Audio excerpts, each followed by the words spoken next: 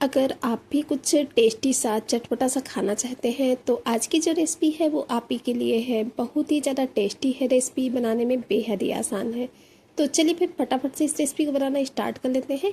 Magic kitchen मैगनी में आपका welcome है। तो सबसे पहले इस रेसिपी को बनाने के लिए हमने एक तवे को गैस में चढ़ा दिया है और उसमें हमने डाले हैं कुछ ही खड़े मसाले, जिसमें कि हमने 1 चम्मच साबुत धनिया ली थी, आधा चम्मच जीरा और आधा चम्मच ही अजवाइन, आधा चम्मच के करीब सौंफ और 8 से 10 काली मिर्च।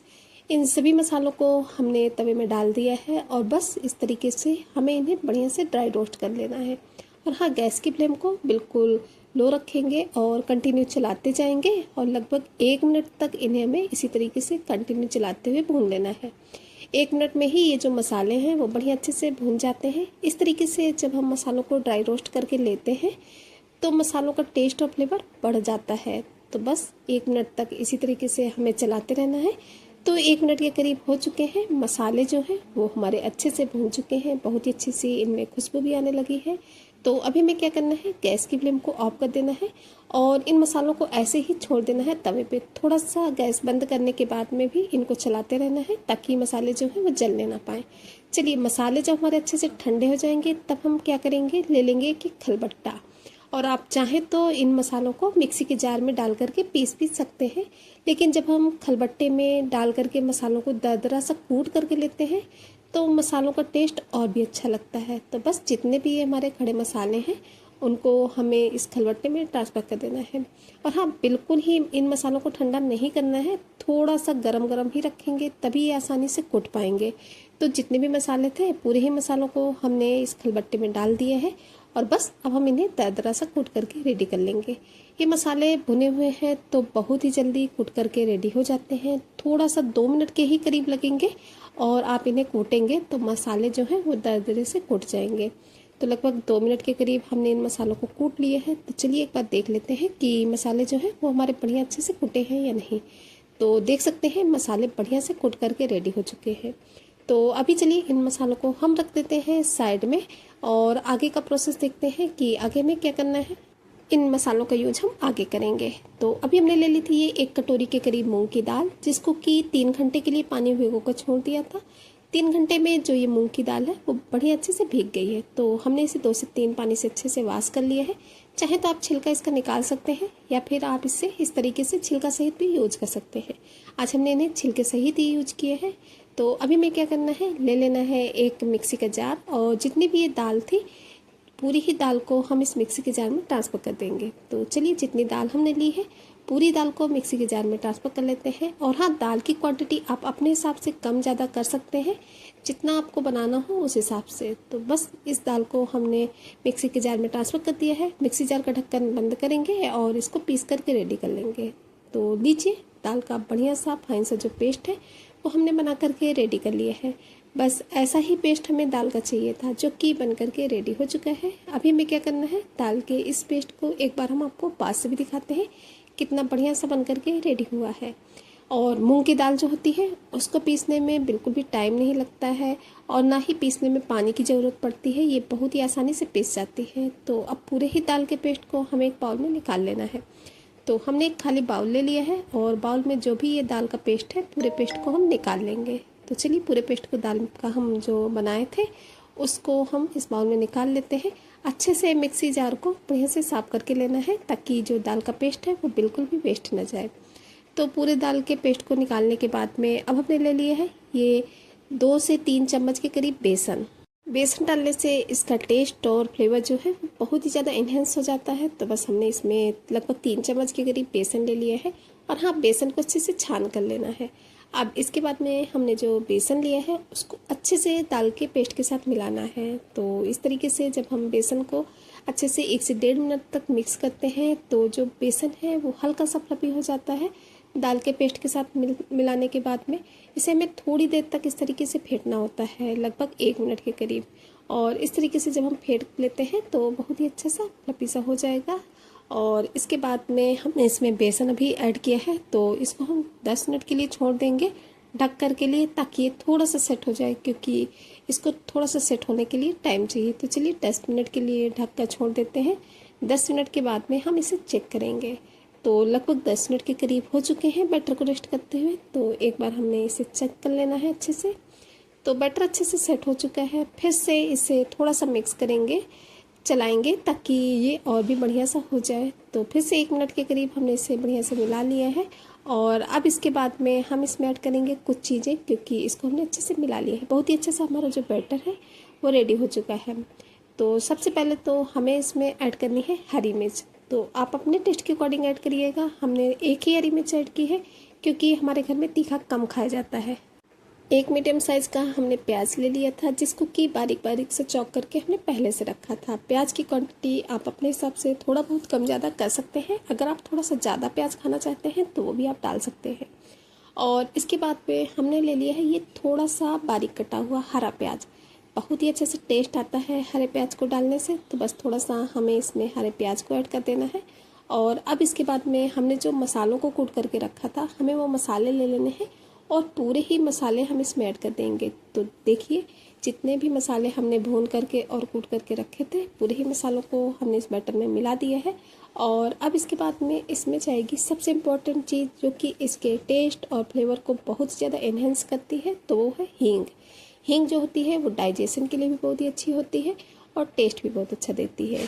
हींग डालने के बाद में डाल देंगे टेस्ट के अकॉर्डिंग नमक। नमक ध्यान से डालिएगा, टेस्ट के अकॉर्डिंग जैसा भी नमक खाना पसंद करते हैं। नमक और मिर्च को थोड़ा सा अपने हिसाब से बैलेंस करते हुए यूज कीजिएगा। अगर ज़्यादा आप चटपटा खाते हैं तो मिर्च की क्वांटिटी को आप बढ़ा भी सकते हैं। और अगर आपके घर में बच्चे हैं तीखा बिल्कुल भी नहीं खाते हैं तो आप हरी मिर्च को स्किप भी कर सकते हैं, क्योंकि हमने इसमें काली मिर्च का भी यूज किया है इस वजह से। बाकी इन सभी चीज़ों को हमने बढ़िया से देख सकते हैं 1 से 1.5 मिनट तक अच्छे से मिला लिए हैं बैटर को।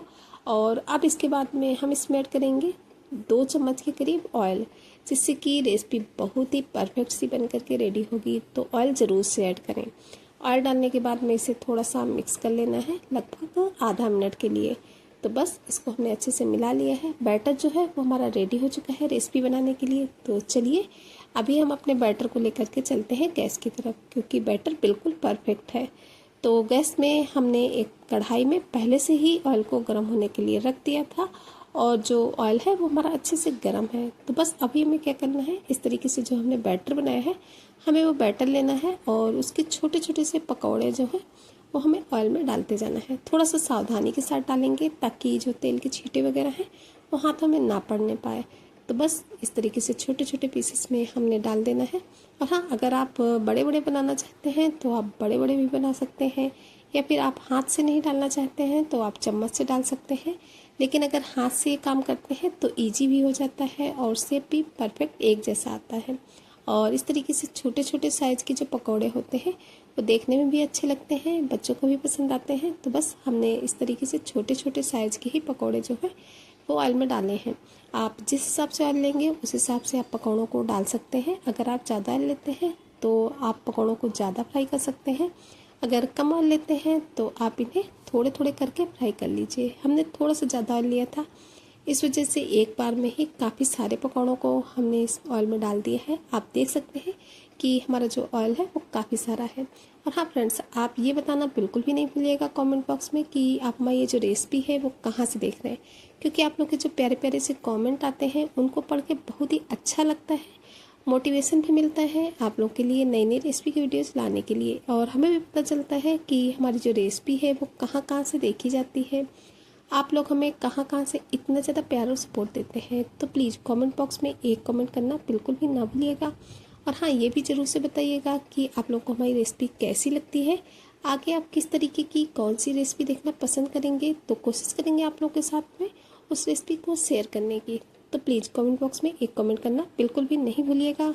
तो बस एक बार में जितने भी पकोड़े हमारे आए हैं वो हमने डाल दिए हैं। और हाँ, जब हम इनमें पकोड़ों को डालेंगे तो गैस की फ्लेम हाई होगी, और जैसे ही हम पकोड़ों को डाल देंगे गैस की फ्लेम को हमें मीडियम कर देना है। और बस इस तरीके से कलछी की सहायता से चलाते हैं हमें अपने पकोड़ों को बढ़िया अच्छा सा गोल्डन ब्राउन कलर आने तक फ्राई कर लेना है। कंटिन्यू चलाते रहेंगे।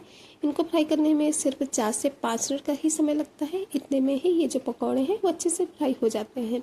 एक बार आप इस तरीके से इन पकौड़ों को ज़रूर से बनाइएगा, बहुत ही टेस्टी लगते हैं, सबको बहुत ज़्यादा पसंद आते हैं। अगर आप बाहर के नाश्ते जैसे कि पकौड़े वगैरह खाने के शौकीन हैं तो आप इस तरीके से दाल के पकौड़े घर पे ही बना करके ट्राई कीजिएगा। सभी को बहुत ज़्यादा पसंद आएंगे। बनाने में भी आसान है और खाने में भी टेस्टी होते हैं। और वैसे भी बाहर की चीज़ें जो होती हैं वो अनहेल्दी होती हैं, बच्चों को पसंद तो आती है लेकिन उनके हेल्थ के लिए बढ़िया नहीं होती हैं। तो आप घर पे ही बहुत ही अच्छी अच्छी सी चीज़ें हैं वो अपने बच्चों को दीजिए बना करके, बच्चे भी खुश हो जाएंगे और आपकी भी टेंशन ख़त्म हो जाएगी। और हाँ फ्रेंड्स, अगर आप लोग यहाँ तक वीडियो देख लिए हैं और अगर आपको हमारी वीडियो थोड़ी सी भी अच्छी लग रही है तो प्लीज़ वीडियो को लाइक कीजिएगा। लाइक के साथ साथ एक हाइप जरूर से कीजिएगा। आप लोग के लाइक और हाइप से पैसे तो नहीं मिलते हैं लेकिन हाँ सपोर्ट और मोटिवेशन बहुत ही ज़्यादा मिलता है, बहुत ही मोटिवेशन मिलता है आप लोगों के लिए नई नई रेसिपी के वीडियोज़ लाने के लिए। तो प्लीज़ लाइक और हाइप जरूर से कीजिएगा। देख सकते हैं कि धीरे धीरे जो ये पकौड़े हैं इनमें बहुत ही अच्छा सा प्यारा सा गोल्डन ब्राउन कलर आने लगा है। तो बस ऐसे ही हमें इन्हें चलाते जाना है और फ्राई करते जाना है और बस 4 से 5 मिनट का समय लगता है, अच्छे से फ्राई हो जाते हैं। तो चलिए अच्छे से फ्राई हो चुके हैं तो इन्हें कलछी की ही सहायता से निकाल लेते हैं एक प्लेट में। और इसी तरीके से दूसरे बैच के जो हमारे पकौड़े हैं उनको भी हमें फ्राई करके रेडी कर लेना है। तो चलिए फटाफट से सेकेंड बैच के जो पकौड़े हैं उनको भी फ्राई कर लेते हैं, इसके बाद में ही आपसे मिलते हैं। तो सेकेंड बैच के पकौड़े फ्राई करने के लिए बस फटाफट से एक एक करके पकौड़ा जो है वो हम ऑयल में डालते जाएंगे और इनको फ्राई कर लेंगे। और हाँ फ्रेंड्स, अगर आपके बच्चे कुछ अलग खाने की जिद करते हैं तब भी आप इस रेसिपी को ट्राई कर सकते हैं। आप उन्हें मॉर्निंग के ब्रेकफास्ट में दीजिए या फिर उनके लंच बॉक्स में भी आप इन पकौड़ों को दे सकते हैं। बच्चे बहुत ही चाव से खाएंगे। बच्चों को तो इस तरीके से बदल बदल के जो नाश्ते होते हैं बहुत ही ज़्यादा पसंद आते हैं। तो अलग अलग तरीके की रेसिपी आप उनके लंच बॉक्स के लिए ट्राई कीजिएगा।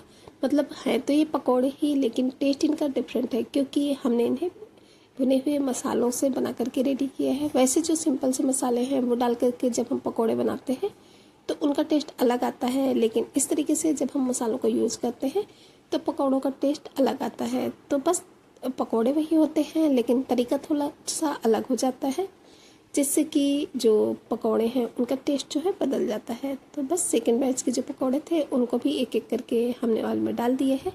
तो बस इनको भी सेम उसी प्रोसेस से, जैसा कि पहले भी हमने आपसे बताया था कि जब हम पकौड़े डालेंगे तो गैस की फ्लेम हाई रहेगी और जैसे ही पकौड़े डाल देंगे वैसे ही गैस की फ्लेम को मीडियम कर देना है और बस कलछी की सहायता से चलाते हुए इन्हें उलट पुलट करते हुए बढ़िया अच्छा सा गोल्डन ब्राउन कलर आने तक फ्राई कर लेना है। जो ये पकौड़े हैं इनको फ्राई करने में लगभग 4 से 5 मिनट का समय लगता है। 4 से 5 मिनट में जो पकौड़े हैं वो अच्छे से फ्राई हो जाते हैं। और हाँ फ्रेंड्स, आप लोगों से हम एक एक स्टेप इस वजह से अच्छे से बताते हैं कि जब कभी भी आप हमारी वीडियो देख करके कोई रेसिपी ट्राई करें तो आपकी जो रेसिपी है बिल्कुल परफेक्ट बने। आपकी जो रेसिपी है बिल्कुल परफेक्ट बनेगी। आपकी मेहनत, आपका जो सामान है बिल्कुल भी वेस्ट नहीं जाएगा। इस वजह से जब कभी भी आप कोई भी रेसिपी ट्राई करें तो प्लीज़ वीडियो को पूरा देखें, इसके बाद में ही रेसिपी को ट्राई करें ताकि आपकी रेसिपी बिल्कुल परफेक्ट बने। तो सेम उसी प्रोसेस से लगभग 4 मिनट के करीब हो चुके हैं पकौड़ों को फ्राई करते हुए। इनका कलर काफ़ी हद तक चेंज हो चुका है। तो बस अभी आधा मिनट का ही समय लगेगा और आधा मिनट में ही ये बढ़िया अच्छे से फ्राई हो जाते हैं। बहुत ही प्यारा सा गोल्डन ब्राउन सा कलर इनमें आने लगा है। और हाँ, अगर आपको थोड़ा सा और भी ज़्यादा करारे से पकौड़े चाहिए तो आप इनको आधा मिनट तक और फ्राई कीजिए, जिससे कि और भी ज़्यादा ये करारे से कुरकुरे से बन करके रेडी हो जाते हैं। तो बस हमने इन्हें ऐसे ही निकाल लेना है क्योंकि हमारे घर में इसी तरीके के पकौड़े सभी को बहुत ज़्यादा पसंद आते हैं। तो चलिए इनको उसी प्लेट में निकाल लेते हैं जिसमें कि फर्स्ट बैच के जो हमने पकौड़े हैं उनको निकाल करके रेडी किया था। तो उसी प्लेट में इस बैच के पकौड़ों को भी हमें निकाल लेना है। तो चलिए सभी पकौड़ों को हम उसी प्लेट में निकाल लेते हैं। और हाँ फ्रेंड्स, ये जो पकौड़े हैं वो हमने मूंग की दाल से बना करके रेडी किए हैं। आप चाहे तो इन्हें उड़द की दाल से बना सकते हैं, चने की दाल से बना सकते हैं या फिर मसूर की दाल से, चाहे जिससे बनाइए टेस्टी बहुत ही लगते हैं। लेकिन हाँ, हर एक दाल का जो टेस्ट होता है वो थोड़ा सा अलग अलग होता है, बस इससे ज़्यादा कुछ नहीं होता है। हर एक पकौड़ों को आप इसी प्रोसेस से बना सकते हैं। तो चलिए सभी पकौड़ों को हमने एक प्लेट में निकाल लिया है। अब फटाफट से इनकी प्लेटिंग भी कर लेते हैं। तो लीजिए फ्रेंड्स, रेडी हो चुके हैं मूंग दाल के बहुत ही करारे से कुरकुरे से पकौड़े, जिन्हें कि आप एक बार ज़रूर से ट्राई कीजिएगा। लुक वाइज भी आप देख सकते हैं कितना बढ़िया लग रहे हैं। घर के ही सामानों से बनकर रेडी हुए हैं, लेकिन बहुत ही टेस्टी, बहुत ही यम्मी से जो हमारे पकौड़े हैं वो रेडी हो चुके हैं। आप इन्हें गर्मा गर्म चाय के साथ खाइए, चटनी के साथ खाइए, टोमेटो सॉस के साथ खाइए या फिर धनिया की चटनी के साथ। ये जो पकौड़े हैं बहुत ही टेस्टी लगते हैं।